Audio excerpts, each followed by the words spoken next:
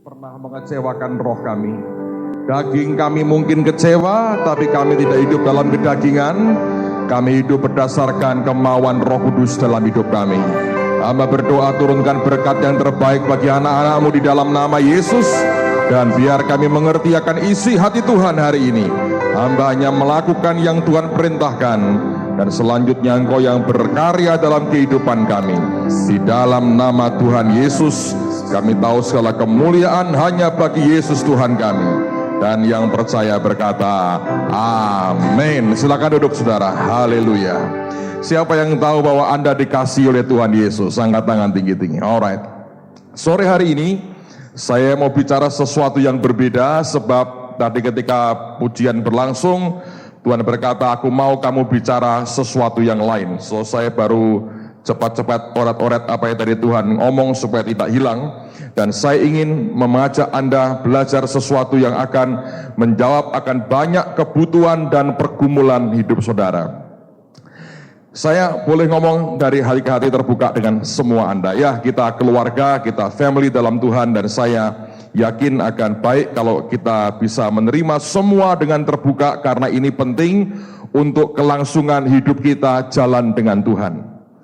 Kita sudah lama mendengar dan kita canangkan buat gereja dan buat semua kita, tahun ini merupakan the year of breakthrough, tahun terobosan. Tetapinya ini kadang-kadang nggak enak, saudara. Saya juga mendengar beberapa orang dengan jujur berkata, ngomongi tahun terobosan, tambah abot Pak Urepe. Ya, ada yang berkata gitu. Coba saya mau tanya, siapa yang merasa tahun ini sebetulnya lebih berat Pak buat saya? Baru mulai 2 bulan, belum habis bulan Februarinya, sudah berasa Pak lebih berat. Jujur, coba angkat tangan, coba. Siapa yang merasa saya sudah ngalami terobosan? Coba angkat tangan. Ada lagi? Oke. Siapa yang berkata, oh, itu terobosan ke apa? Aku kurang ngerti ya Pak. Coba angkat tangan. Oke, bagus juga, bagus juga. Nah, saya mau ikuti aja apa yang Tuhan mau supaya Anda ini diberi pengertian dari Tuhan. Sebetulnya yang dimaksud dengan terobosan Tuhan itu yang seperti apa. Nah, lebih jauh lagi nanti akan saya jelaskan dari firman ini bahwa ada konsekuensi yang seringkali tidak kepikir oleh kita waktu kita ingin menikmati terobosan Tuhan. Jadi begini saudara, ketika kita mendengar orang berkata, ini terobosan, ini breakthrough. Dari penelitian kasar yang saya buat, walaupun tidak detail ke pribadi-pribadi, sebagian besar orang itu mengasumsikan terobosan itu sesuatu yang berbau materi. Ya toh? Jarang orang itu bicara terobosan yang berbau rohani, jarang. Di Jakarta saya bilang gini, siapa yang merasa bahwa terobosan itu atau mikirnya terobosan itu mesti duit? Enggak ada yang angkat tangan semua. Gitu. Mau angkat tangan malu, tapi sebetulnya bener kalau ngerti gitu. Jadi panjang tertawanya saudara. Jadi asumsinya berpikirnya apa? Mesti materi. Bisa iya, bisa tidak. Karena Anda harus mengerti begini. Sebetulnya materi itu jangan jadi prioritas kita. Itu cuman tambahan Tuhan buat kehidupan kita. Yang dia mau hati kita ini tertuju ke dia, nanti tambahannya itu materi. Tapi sekarang dibalik, Tuhan hanya kita manfaatkan untuk cari materi. Dan itu yang membuat kita tidak menyukakan hatinya. Nah, saya pernah ngalami begini. Ini kejadian tahun 91, bulan sekitar Desember menjelang Natal tahun itu. Saya lagi doa di rumah lama di belakang, di Permata Cempaka. Dan gereja baru mulai belum setahun waktu itu. Kita masih kelompok yang sangat kecil sekali. Lalu saya lagi doa sendirian. Lalu Roh Kudus itu menyatakan dirinya, dia hadir begitu ya. Memang dia maha hadir, tapi Anda harus tahu ada saatnya dia mengekspresikan dirinya. Itu bisa banyak hal yang terjadi. Kemudian dia ngomong ke saya begini, dia tanya begini. Umur berapa Yusuf dapat mimpi tentang masa depannya? Saya bilang umur 17 Tuhan. Bagus. umur berapa mimpinya tergenapi? Saya bilang umur 30. Jadi berapa tahun Yusuf harus nunggu? 13 tahun. Sudah apa? Tanya lagi dia. Kelompokmu ini secara rohani aku lahirkan tahun berapa? Langsung saya ngerti. Bulan Maret tahun 79, waktu kegerakan rohani. Jadi tadinya yang namanya yayasan atau persekutuan doa Sangakala itu nggak ada. Adanya cuma yayasan yang non aktif sebetulnya. Tapi begitu boom terjadi, itu terjadi ledakan kegerakan rohani kaum pelajar tahun 79. Kenapa di sini banyak pelajar? Karena asalnya itu memang ini kegerakan pelajar. Kita ini lahir dari kegerakan pelajar. Dan dari pelajar itulah banyak orang tua pelajar yang kemudian dibawa ke Tuhan. Tadi Pak Ir cerita ada suami istri orang Purwodadi. Jadi anaknya itu youth di gereja ini, karena sekolah di sini, dia kebaktian di sini diubah Tuhan. Bapak ibunya sudah Kristen KTP lama dan tidak mau baptis. Tidak mau baptis. Lihat hidup anaknya berubah, minta baptis. Dan kemudian minggu depan ikut kawin massal. Sekian puluh pasang, luar biasa. Jadi karena lihat anaknya berubah. Satu lagi itu satu bapak, tadi saya baru cerita, ada Bapak Ibu Nugroho yang cerita dengan kami, waktu tadi setelah kebaktian pertama. Jadi waktu tanggal 25 Desember itu ada satu bapak, dia ini bukan Kristen. Orang tahu dengan pakaiannya tiap kali ke rumah ibadahnya. Tapi dia cerita, Anda tahu, bahwa sudah 20 tahun lalu, sering didatangi, diliatin Tuhan Yesus. Tapi manusia itu ya, super bandel, keras kepala itu manusia. Ketoknya halus, dalamnya istilahnya itu, waduh, itu granit aja gemetar kalau diadu kekuatannya saudara. Luar biasa hati manusia itu. Atosnya luar biasa. Itu bisa bertahan, tidak mau terima Tuhan.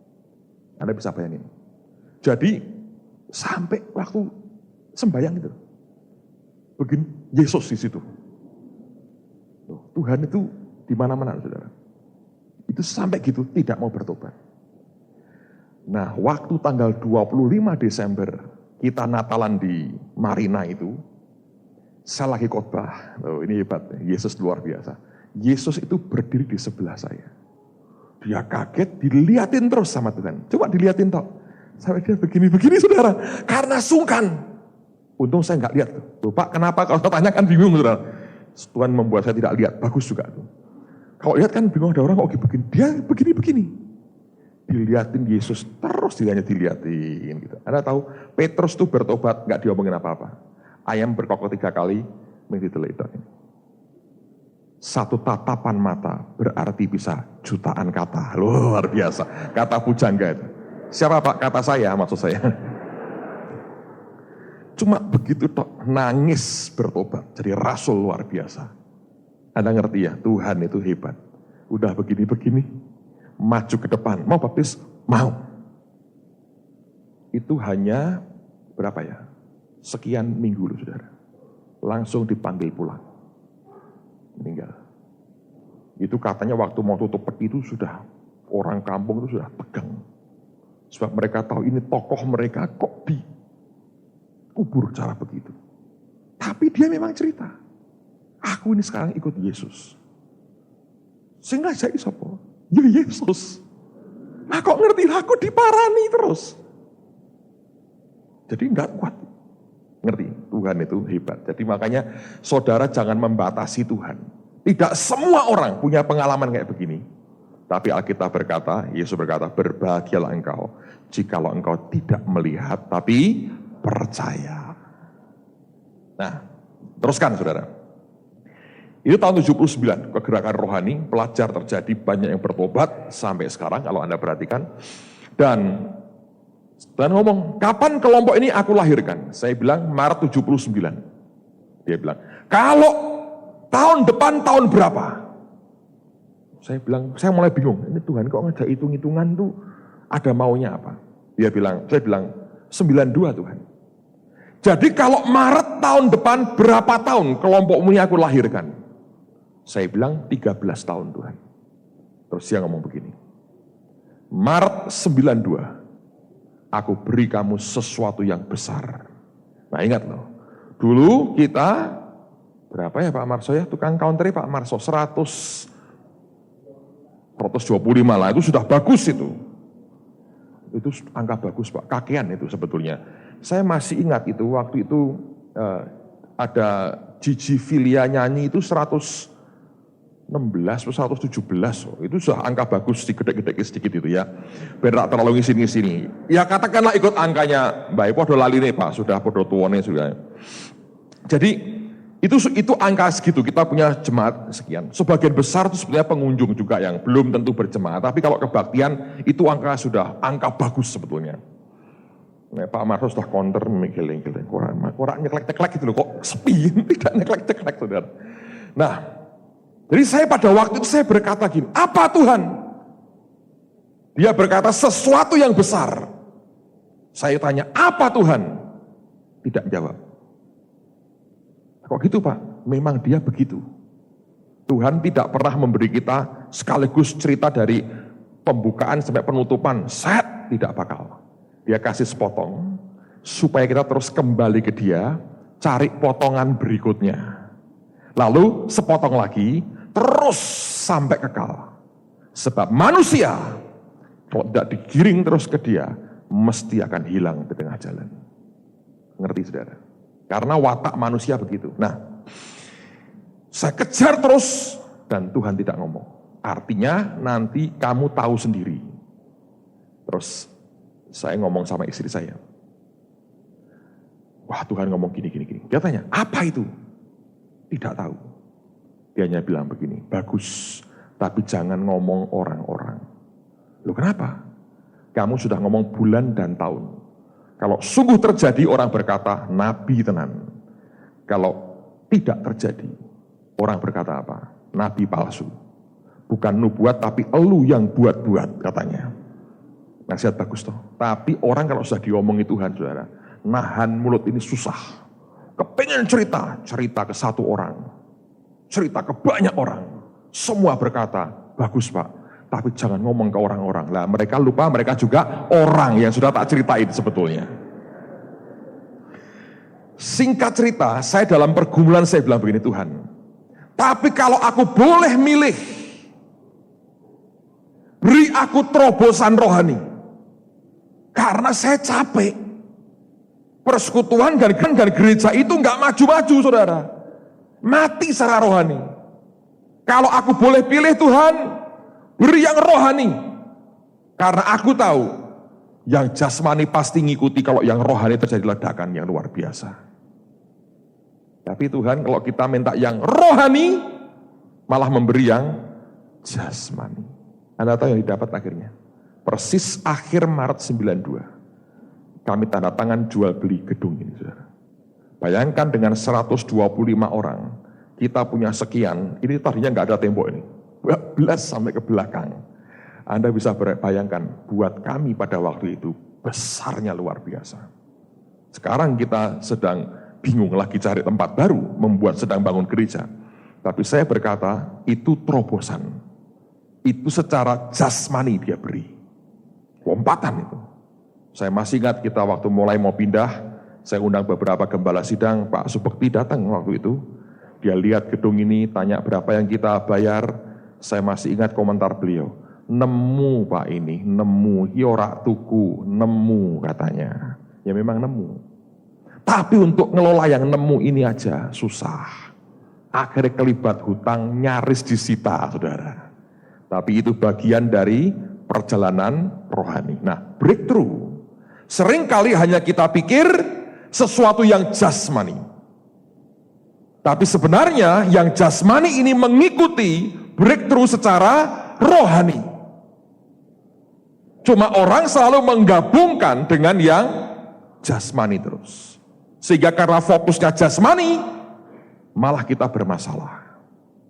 Dan saya memperhatikan begini saudara. Orang itu punya daya tahan kalau dia menderita banyak hal. Ya, ia ada seorang ibu sakit, bukan jemaat kita. 2 minggu lalu minta ketemu, minta telepon dengan saya. Stadium sudah jalar kemana-mana.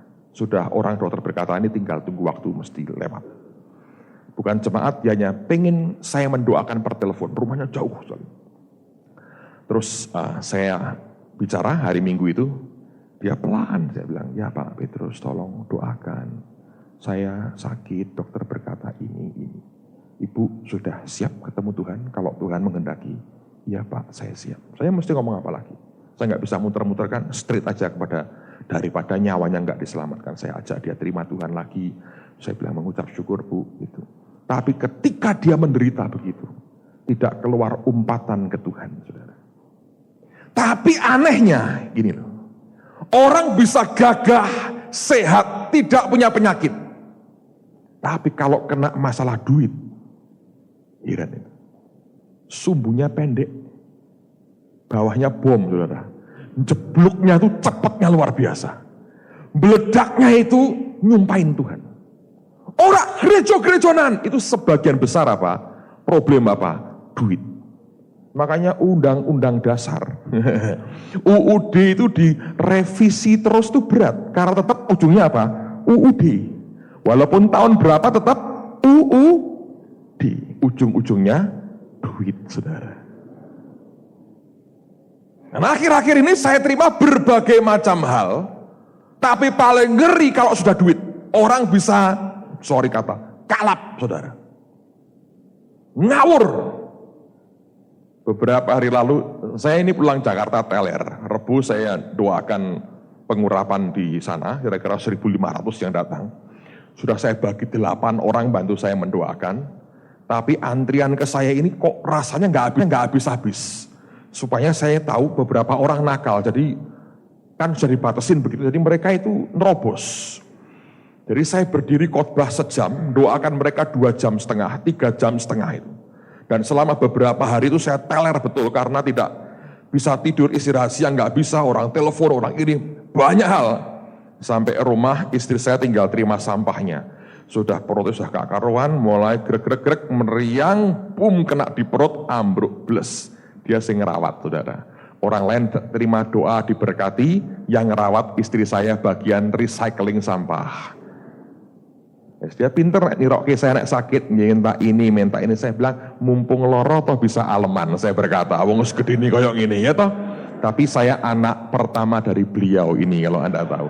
Suami itu anak pertama dari istrinya. Lalu dokter Mary tak teka gitu, suntik kanan kiri. Namanya khotbah. Ini aja masih dingin tangan saya. Jadi suntik kanan, suntik kiri. Minggunya aja masih demam. Jadi teler sebetulnya. Di tengah-tengah teler itulah datang sepucuk surat. Anda bisa bayangkan dramatisasinya, saudara. Itu surat isinya bagus. Ketika dibuka pertama kali, keluar uangnya. Sekian ratus ribu rupiah. Siapa yang tidak mau? Tapi berikut surat. Suratnya hebat. Dari luar kota. Bukan jemaat, saya harap. Orang kita tuh orang Temanggung, orang Purwodadi, mana-mana kebaktian di sini. Saya nggak tahu, saya harap ini bukan jemaat. Kalau jemaat ya ora apa-apa, didoakan ya ta. Di suratnya itu dia cerita terus terang. Saya punya masalah keuangan, ya kan? Yang cukup besar.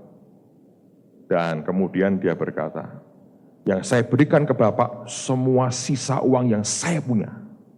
Itu untuk biaya kuliah anak saya sebetulnya. Saya persembahkan ke Bapak. Tolong tanya Tuhan, persoalan saya apa, jawabannya apa. Koyok Rojo Nebukadnesar. Mimpiku apa, artinya apa? Orang ngerti pateni, ya? Saya duit itu tak ilang-iling, iki dolar apa?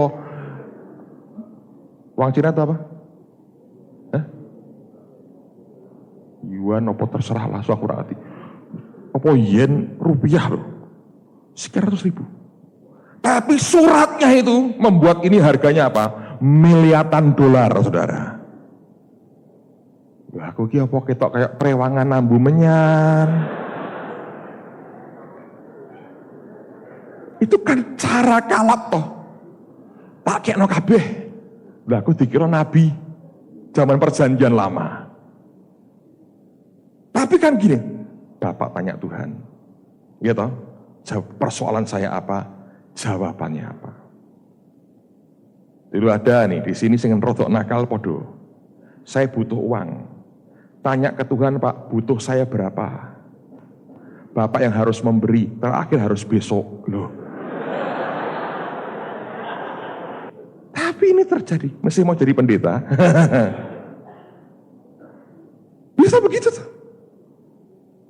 Memang Yesus berkata, kamu tidak boleh bertuhankan dua tuan, Yesus dan Mamon. Memang kalau Mr. Mon ini kita hormati, maka krisis moneter terjadi. Kenapa namanya moneter? Menurut saya dari Shemon itu. Makmon itu saudara. Saya-nya podo. Mamon jadi moneter. Inggrisnya money. Arabnya fulus, saudara. Di mana-mana itu sudah masalahnya. Tapi karena Tuhan baik, Dia mau kasih hal yang simple hari ini. Supaya Anda breakthrough-nya tenanan. Nah, sekarang baca Alkitab, saudara. Balik ke firman. Tadi baru pembukaan setengah jam. Pengkhotbah 10 ayat 8 sampai 11. Saya pernah khotbah ini di MK Manyaran. Tadi ketika itu Tuhan ingetin, kamu ingat pernah ngomong ini, itu yang aku mau.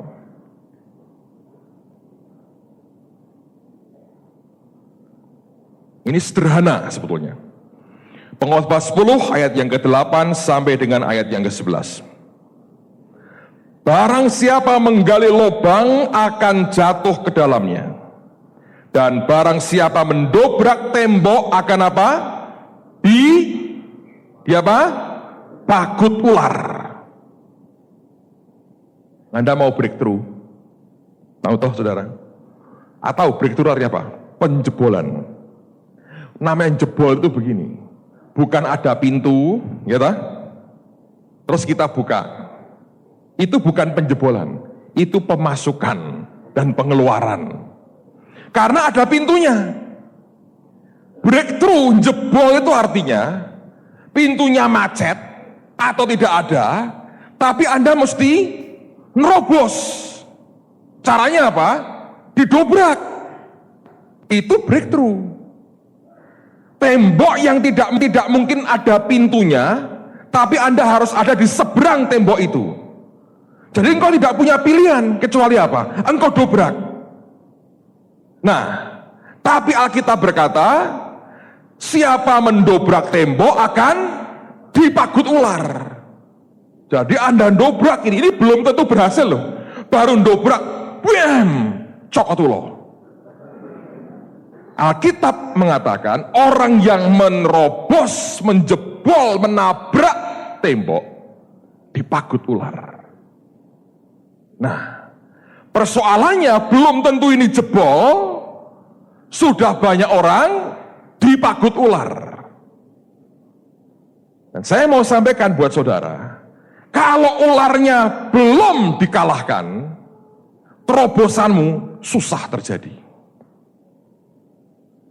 Anggap saudara. Kalau ularnya ini belum dikalahkan,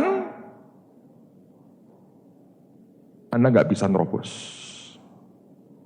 Karena tembok yang di belakangnya merupakan hal atau keadaan yang engkau impikan dalam hidupmu atau yang Allah janjikan, tembok itu penuh ular.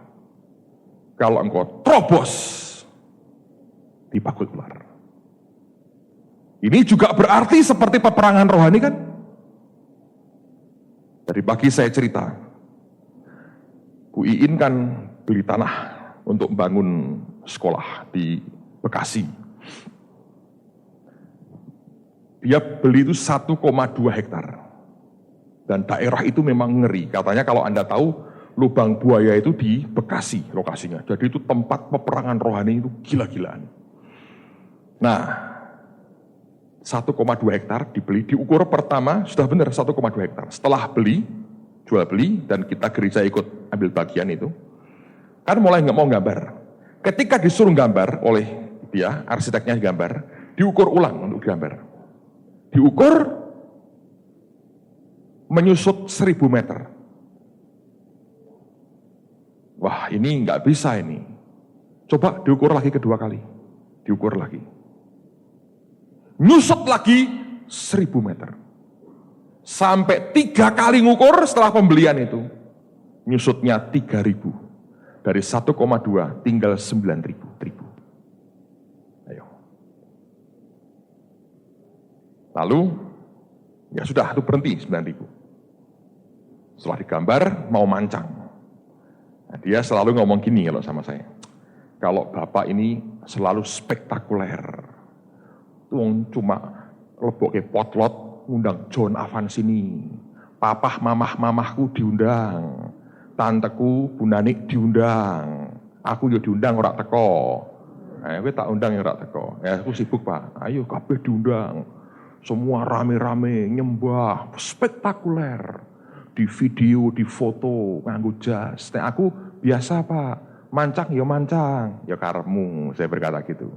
Nah, itu yang suruh ngelola, ya, project manajernya, itu teman dulu bekas anak TSOA. Teman baiknya Pak Thomas itu. Wah, dia ngalami bagus di sana. Di Pasrai, namanya Mulyanto. Kalau ketemu saya tambah putih, tiap hari tambah putih rambutnya, saudara. Itu pernah dia ya di proyek, saudara. Dia pas berdiri dekat pintu proyek, itu kan dari seng. Mendadak itu angin kenceng, itu pintu bisa ngantem dia. Boom! Keplanting 3 meter, gulung-gulung di lumpur, saudara. Ini orang luar biasa, kerjain betul. Itu mau dia bilang, kalau aku sederhana apa? Mancang tak ngomongin, Mul, pancang langsung. Sudah nggak usah ngundang papa, doa sendiri Mul. Tinggal lu sama dia.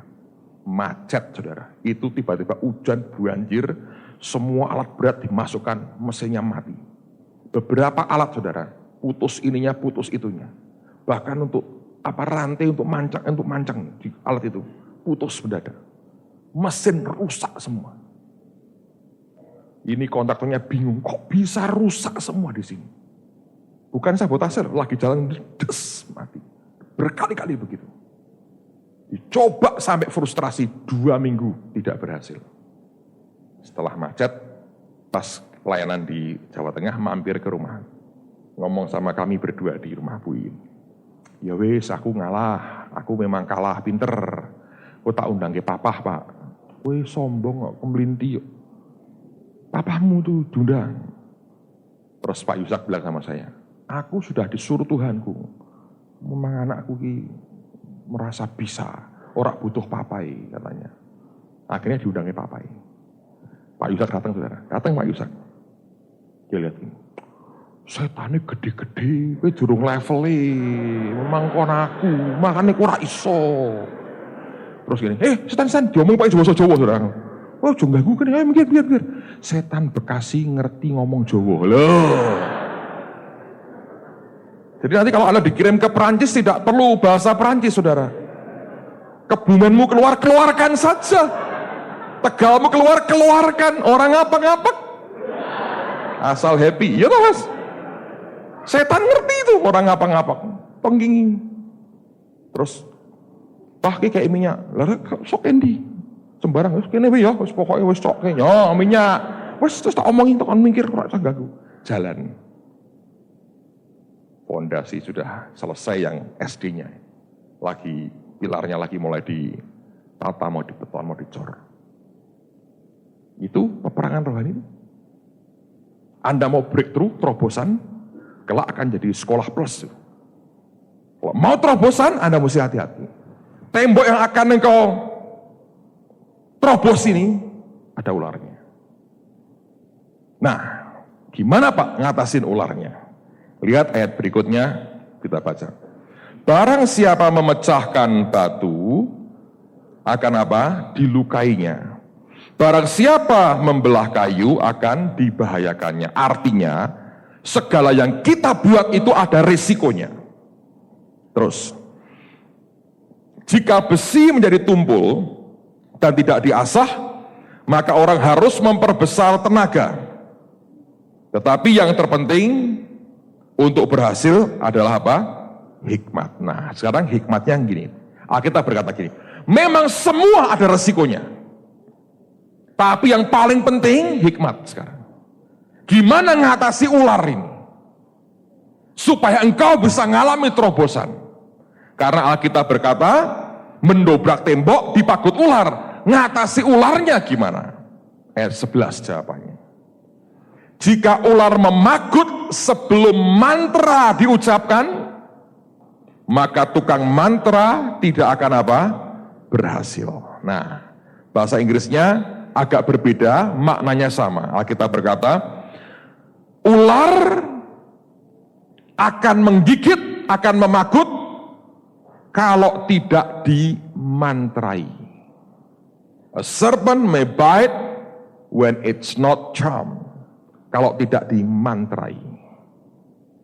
Nah, jadi supaya ularnya tidak menggigit, harus apa?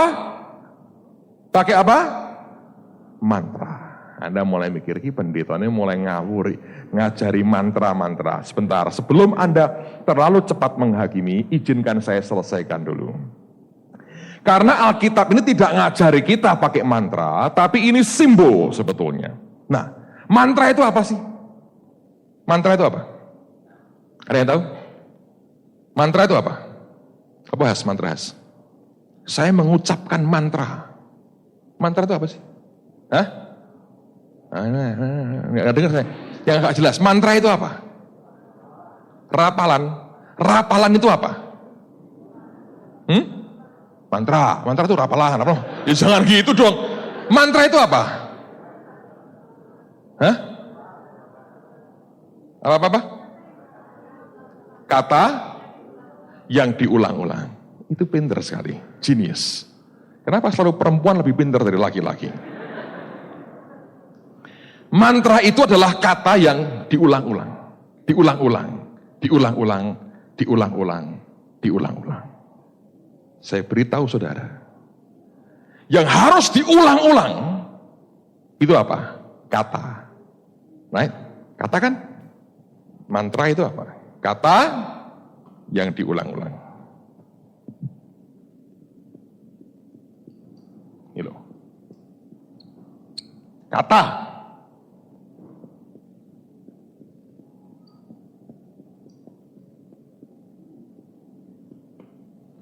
Kata yang diulang-ulang. Mantra itu, saya ulang lagi, kata yang diulang-ulang.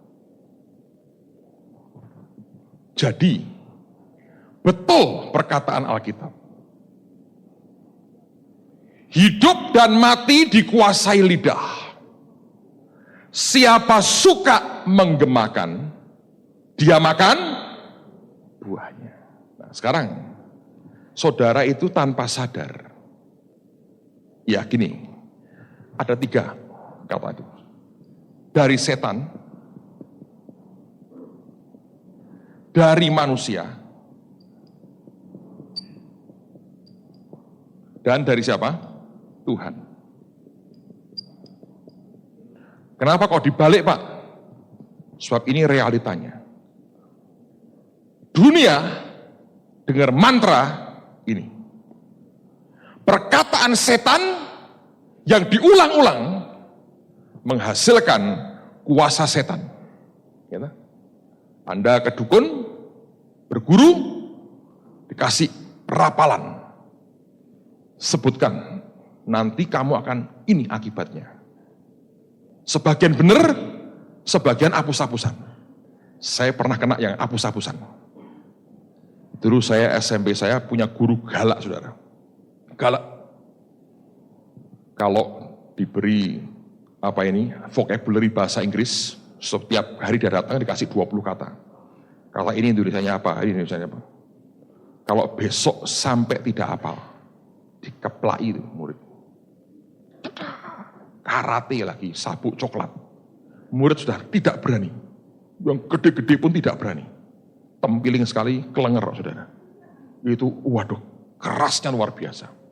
Tapi buat saya sekarang nolong karena perbendaharaan kata saya banyak daripada karena takut dikeplak itu saya belajar tiap hari bahasa Inggris, saudara. Kalau sudah marah minimal itu loh, apa itu penghapus. Nah sudah ngamuk betul itu, rambut dipelintir. Sampai keluar air mata, saudara. Enggak laki, enggak perempuan. Catatan diperiksa, jelek tuh ya. Ada teman saya sukanya pakai pena, pakai tinta gitu, saudara. Blobor, orangnya kemprohnya luar biasa. Blobor. Dipanggil gitu, dilihat, sobek-sobek bukunya.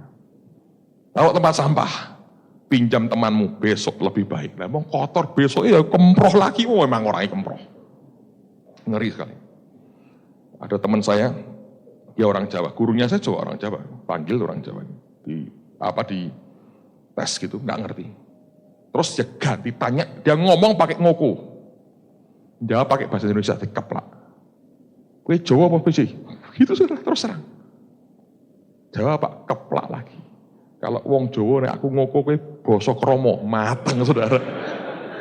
Sadis banget guru saya. Semua takutnya luar biasa. Nah saya punya teman, dia bisik saya. Aku dikei dukun. Apa? Mantra. Nek diucapke itu kita kayak ono tapi ora ono.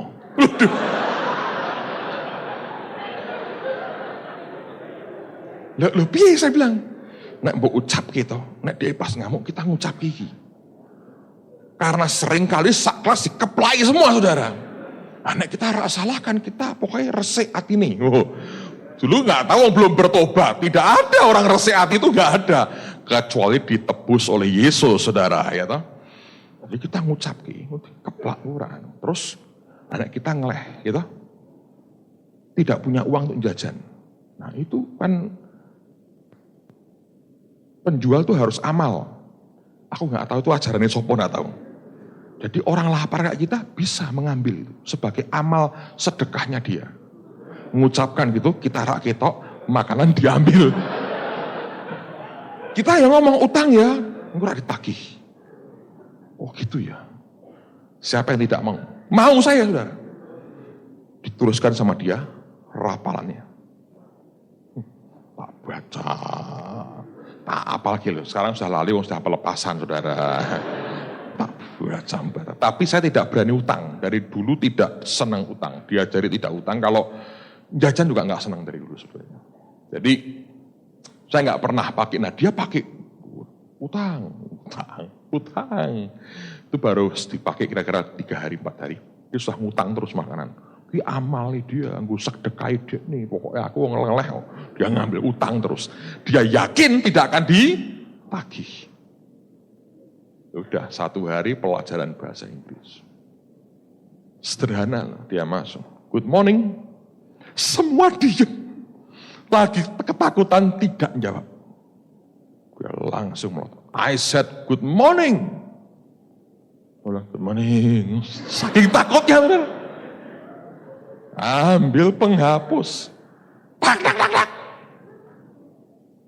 Tangan semua atas meja. Telinga nggak dipakai, otak tidak jalan. Saya harus buat jalan nih otaknya. Mulai muter saudara. Cetak kepala, cetak. Saya langsung baca rapalan saya, mantra. Oh tak apal, saya sudah hafal saudara. Saya selamatkan kepala saya, ada gagal otak repot. Saya bilang, wah apal kemerutuk gitu lewat itu. Saya duduk agak di belakang, teman saya di samping sebelah kiri saya. Jualan, sudah makin dekat nih. Aduh, waduh, pokoknya macam-macam. Karena dia itu mukulnya juga acak. Habis ini enggak ini dulu baru ini. Jadi orang kadang-kadang enggak siap dipikir lolos, tak kena juga. Oh, itu pengalaman luar biasa. Kena pukul, sudah dekat, tapi tak baca terus tak ucap ke mantranya. Dekat ke saya, oh keras sekali. Nah, kok mempan. Saya pikir teman saya lebih tinggi nih karena sudah makin lebih lama ngapal lagi, masih tetap mau percaya loh saudara. Saya lihatin, keplak malah 2 kali, cakak dia 2.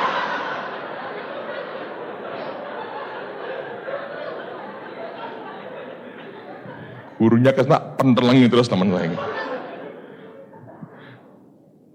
Kasihan dong ya sama saya. Jengkelnya luar biasa saudara. Itu loh rapalan setan.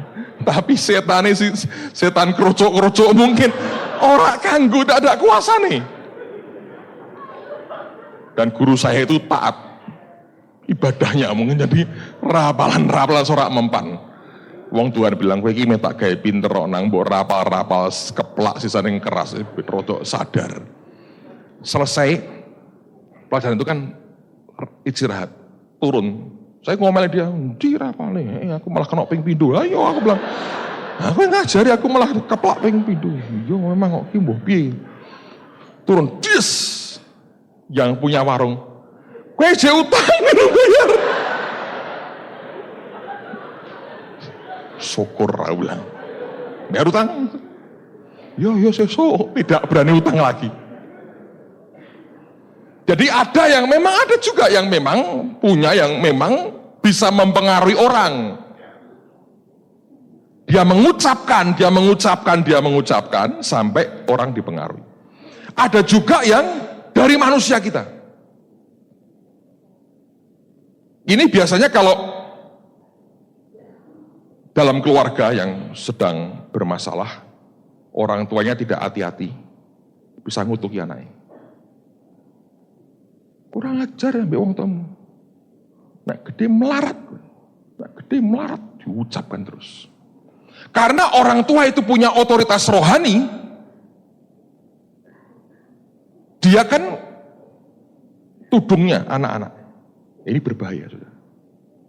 Kalau anaknya tidak bisa nolak dalam nama Tuhan Yesus sendiri, bisa kena. Yang rugi siapa? Semuanya. Karena nanti anakmu melarat. Mungkin padahal Tuhan sudah menetapkan. Kelak kalau engkau tua, engkau harus dirawat oleh anak ini. Engkau kan tidak tahu. Tapi sudah engkau kutuki melarat. Akhirnya masa tuamu ikut melarat dengan anak. Bisa tak? Atau kakak adik bisa begitu. Saling ngutuki. Makanya Anda jangan suka ngutuk dengan siapapun. Karena engkau nabur kutukan, engkau akan terkutuk juga akhirnya. Ngerti? Berkati lebih baik. Berkati lebih bagus. Ada orang jengkel banget, berkati. Oh, kowe direki kurang ajar ya. Sesok kowe dadi apik kowe nang. Iya tak lebih bagus toh. Daripada engkau dulu anakmu kowe penjahat misalnya gitu. Nah itu kan putumu toh saudara, anaknya dia. Nanti malah engkau ngising dirampoki tiap hari. Hasil kutukannya sendiri. Kalau marah itu meledaklah yang bagus itu loh. Ledakan kasihmu. Jadi Anda tidak sampai menghancurkan dirimu sendiri. Ya kan? Ini yang paling bahaya orang tua dengan anak atau yang di atas dengan yang di bawah. Bisa. Dan diulang-ulang seperti itu. Tapi sekaligus kalau manusia ini dalam Tuhan, dia pinter. Tiap kali dia memberkati anak-anaknya. Ya toh? Coba orang Kristen kan bagus punya salam. Oh God bless you. Tuhan memberkati, Tuhan memberkati.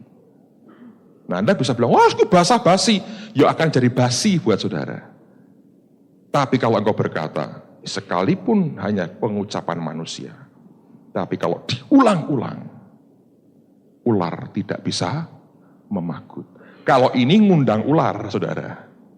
Kalau ini tergantung. Netral ini. Tergantung engkau mau yang apa. Nah, yang paling setan takuti adalah kata-kata yang dari Tuhan. Yaitu apa? Firman. Jadi, sederhana ini. Setiap kali engkau membaca firman, dan engkau seperti begini, ada yang hidup ya. oh ini ayat kok bagus sekali ya. Sepertinya engkau terima buat dirimu. Waktu itu engkau tahu, Tuhan memberikan kata-kata, perkataan, kalimat dari firman-Nya. Dan kalau engkau ulang-ulang, itu yang orang katakan mantra, istilah dunia. Tapi Tuhan yang memberi. Dan padahal Alkitab yang mengatakan, Tuhan kalau menciptakan sesuatu, tidak usah ngulang-ngulang perkataannya. Sekali dia bicara, jadi. Tapi manusia karena powernya tetap tidak sama dengan Tuhan. Dia harus mengulang-ulang kata firman ini. Sehingga jadi seperti yang tertulis, yang diremakan dalam hidup kita. Kenapa saya tulis ini, saudara? Kenapa?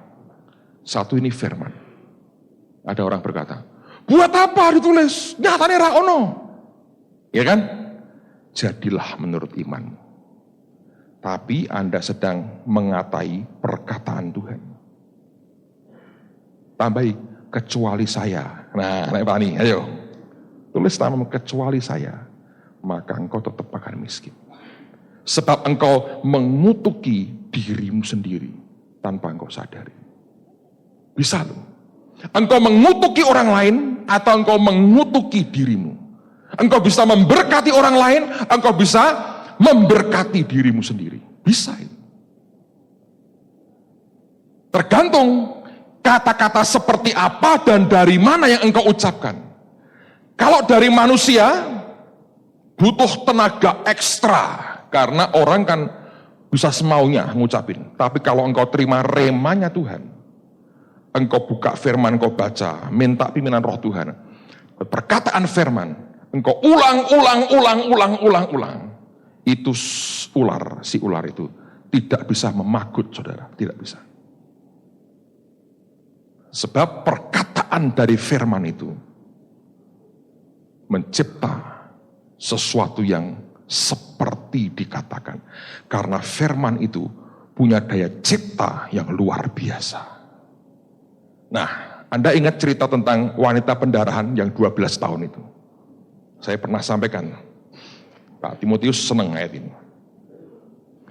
Itu ketika dia merangkak mendekati Yesus. Alkitab kita berkata, dia berkata, asalku jamah jubahnya, aku akan apa? Sembuh. Sebetulnya dalam bahasa aslinya artinya, she kept saying, dia terus mengucapkan. Jadi bukan sekali, asal aku jamah jubahnya, aku akan sembuh. Deng. Ya, kecekel, sembuh. Nah, itu nyeret badan itu. Karena darah keluar terus 12 tahun. Dan selama itu, cuma perkataannya yang bisa dia pakai. Dan dia berkata, asal aku jamah jubahnya aku sembuh. Asal aku jamah jubahnya aku sembuh. Asal jamah jubahnya aku sembuh. Aku jamah jubahnya aku sembuh. Asal aku jamah jubahnya sembuh. Setiap kali dia mengucapkan itu, bukan kayak mantra, maka tidak ada ular yang memagut imannya. Tidak ada ular yang memagut akan dirinya. Nggak ada. Dia terus mengucapkan. Dan waktu dia jamah betul, bam! Breakthrough terjadi, saudara. Apa itu? Sembuh. Setelah 12 tahun, dia menderita. She kept saying. Beberapa teman bersaksi, Pak Timotius sempat undang mereka ke radio untuk cerita. Beberapa mengucapkan perkataan-perkataan tertentu dari janji Tuhan. Sehari bisa sekian belas kali. Ada yang sampai sekian puluh kali, tiap hari. Saya beritahu, itu murah meriah. Tahu modalnya? Cuman air segelas, saudara. Karena ngomong terus kan capek, minum air tok. Tidak usah yang lain, murah meriah. Tapi ternyata itu, barang simple itu, diabaikan banyak orang. Malam hari ini, saya nggak tahu. Tuhan hanya beritahu saya begini. Ajari mereka ngomong yang dari aku. Alkitab berkata, siapa mendobrak tembok, dia dipagut ular.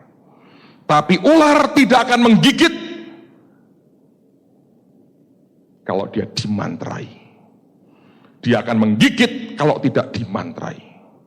Ular akan bisa menerobos hidup saudara, rumah tanggamu, keluargamu, sekolahmu, kalau engkau tidak mengucapkan janji Tuhan buat hidup saudara. Setiap engkau terima firman, engkau berkata, ini Tuhan yang aku percayai. Ngomong. Ada orang mungkin terima janji Tuhan. Tuhan berkata gini, nanti kamu akan ikut membangun rumahku. Anda ngerti Alkitab. Dia yang membuat kami berkelimpahan. Karena itu kami akan membangun. Tuhan, aku percaya. Engkau menugaskan aku membangun rumahmu. Tapi sebelum aku ambil bagian, engkau membuat aku berkelimpahan. Karena itu, engkau membuat aku berkelimpahan untuk membangun rumahmu. Engkau membuat aku berkelimpahan bangun rumahmu. Anda ucapkan, tanda petik, itu mantra ilahi. Daripada, ndi. Mantramu, ndi, saudara. Ndi tadi apa, ndi? Ndi itu mantra apa? Bahasa apa? Ndi itu mana? Nggak bisa. Bahasa Jawa itu kok enak ya? Kok ndi barang itu ya?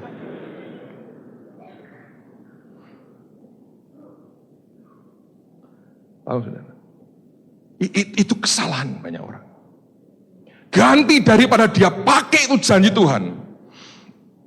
Dan dia ucapkan berulang-ulang. Seperti yang Alkitab katakan, hidup dan mati dikuasai lidah, siapa suka menggemakan dia makan buahnya. Seperti wanita 12 tahun yang terus berkata, she kept saying. Seperti perkataan Tuhan, cari dan terus carilah, ketok dan terus ketoklah, minta dan terus mintalah, terus ucapkan itu yang engkau dapat dari Tuhan. Rema dalam hidup kita. Maka itu akan terjadi dalam hidup saudara. Mau tidak ngucapin ini? Sederhana kan? Saya pernah coba yang dari sini. Setan gundul ini. Kena kepala saya, keladak dua. Nggak ada gunanya. Saya juga bisa yang dari manusia saya. Tapi ini susah. Karena belum tentu sesuai dengan kehendak Tuhan, ini hambatannya kan banyak sekali. Tapi setiap kali engkau datang ke Tuhan, engkau berdoa, engkau menghadap Dia, engkau bilang, Tuhan, engkau bicara kepadaku Tuhan. Setiap kali engkau baca Alkitab, nggak mudah tak baca terus. Minimal 1-2 kata akan muncul dan engkau akan tahu, ini janji Tuhan buat saya. Ketika Anda dengar firman seperti ini, Anda minta roh hikmat, roh pengertian, roh wahyu. Ketika disampaikan, engkau bisa, aku ingat perkataan ini. Katakan, itu saya berkata, itu dari Tuhan. Ucapkan terus sebanyak Anda bisa mengucapkan. Sebab itu yang akan mencegah ular memagut saudara. Kalau ularnya dipatahkan, pagutannya dipatahkan, engkau dan saya jadi orang-orang yang mendobrak tembok itu saudara. Waktu engkau dobrak itu, ularnya berkata, ya wis, monggo, bam, breakthrough. Banyak orang baru bengkak semua. Kenapa nih cokoti ulo saya? Nah, Anda bisa menangkap ini? Berat. Sebab perkataan kita tidak diucapkan untuk mematahkan ular itu. Seringkali kita justru menggunakan perkataan kita malah untuk mengutuki diri kita sendiri. Nggak bisa. Jangan saudara. Sebab itu akan membuat kita hancur. Lihat Roma 10. Saya mau ajak Anda lihat lagi ini ayat. Roma pasal yang ke-10. Ayat yang ke-17. Terkenal sekali.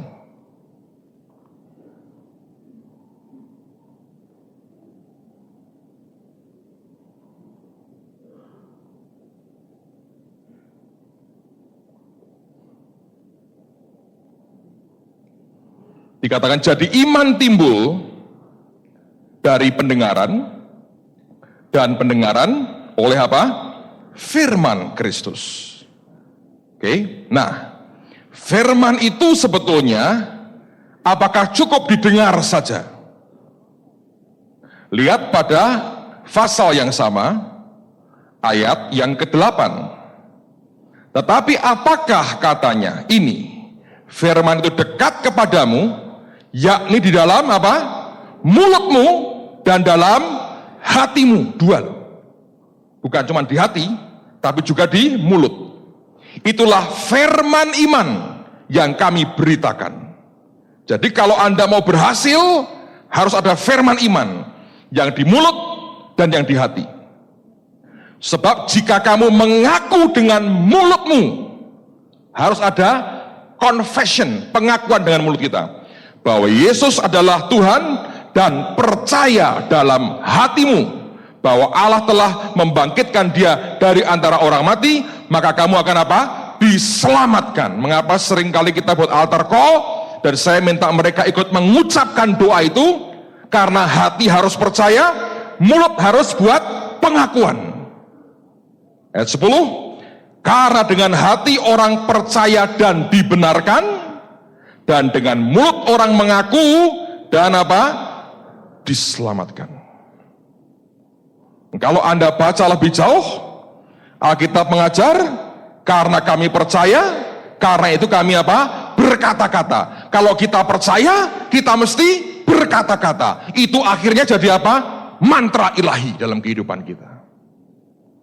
Nah, kita lebih canggih ngomel. Tuhan berkata, kok mantranya geremang, akhirnya hidup kita peteng, saudara. Karena geremang, Anda dikuasai oleh geremang. Simple. Engkau sedang mengabaikan kuasa penciptaan dalam kehidupan kita. Nah, kalau tidak hati-hati, maka kuasa itu akan bergeser dari sesuatu yang negatif dan menghancurkan diri kita sendiri, saudara. Ini yang seringkali tidak diperhatikan oleh banyak orang. Saya berdoa, mulai hari ini Anda belajar mengucapkan perkataan yang Tuhan berikan dalam hidupmu. Amen, saudara. Belajar. Ada seorang saudara dari Jawa Barat telepon saya. Hari apa ya? Jumat atau kemarin ya? Kemarin malam. Lewat temannya, ini orang katanya kaya sekali, saudara. Naik pesawat tidak berani. Hidup selalu ketakutan. Takut mati. Orang tuanya, omnya, apanya, mati mendadak karena jantung. Saya bilang, Pak, saya takut sekali, Pak. Keringat dingin di tangan sudah mulai. Dada saya rasanya nggak enak, Pak. Jantung tuh rasanya, iya, Pak. Terus mati tuh mehanto, takutnya begitu, Pak. Wah, terus no, saya berkata. Langsung itu nggak lama, saudara mesti. Saya bilang, itu ya, saya berkata, kombinasi roh maut dan roh ketakutan. Engkau terus diteror begitu, engkau diam, roh maut masuk. Harus bagaimana, Pak? Nah, ingat, musuh terbesar kita bukan setan sebetulnya. Ini sudah di bawah kaki sebetulnya. Tapi musuh paling susah itu siapa? Diri sendiri. Konsep cara pikir yang bukan dari Tuhan, yang masih harus beradaptasi dengan cara Tuhan. Dan saya berharap, saudara, kita mulai ubah ini. Mindset kita, ubah nasibmu, ubah hidupmu dengan keep saying, terus Anda ucapkan seperti yang Tuhan katakan. Lihat dalam seminggu 2 minggu ini, Anda akan lihat perubahan yang luar biasa. Omong terus, omong firman. Ini orang tanya, kok Anda bimil toh? Ki ucap mantra. Loh, ki memantrai siapa? Diriku sendiri. Ben apa? Sesuai dengan janji Tuhan tergenapi dalam hidupku. Orang tanya, Anda buka firman. Daripada dicokot ulo, dia berkata, aku mau breakthrough terobosan dalam hidupku. Tuhan siapkan apa? Aku mau di seberang tembok ini. Supaya yang Tuhan sediakan, aku bisa menikmati semua dan terjamin. Amen. Saya berdoa minggu ini, minggu pengakuan. Di mana-mana jemaat akan ngomong dengan haleluya, kalau aku menjamah jubahnya aku akan sembuh. Ini kanker minggat, kanker enggak ada kanker, kantong kering maksudku, ini semuanya hilang. Sederhana, saudara. Ucapkan firman. Kesaksian sudah banyak Nah dengar Pak Iwan itu flu burung bulan apa? November. Modalnya apa? Nyanyi tok. Nyata. Nyanyi berulang-ulang kesel, tape-nya bunyi, saudara. Loh, bolehkah saya begitu? Ya rotok keset, tapi nek nyanyi kan tidak ada pilihan. Masa Anda bawa band ke kandang ayammu kan tidak bisa. Tapi untuk masalah pribadi, sikap sih. Anda kan terima kasih blessing. Amin, ucapkan, diingat lagi. Amin.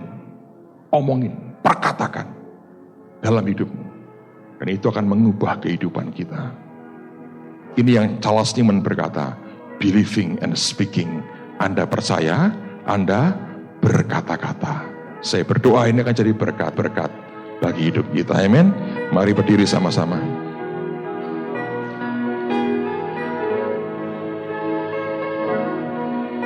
Thank you, Lord.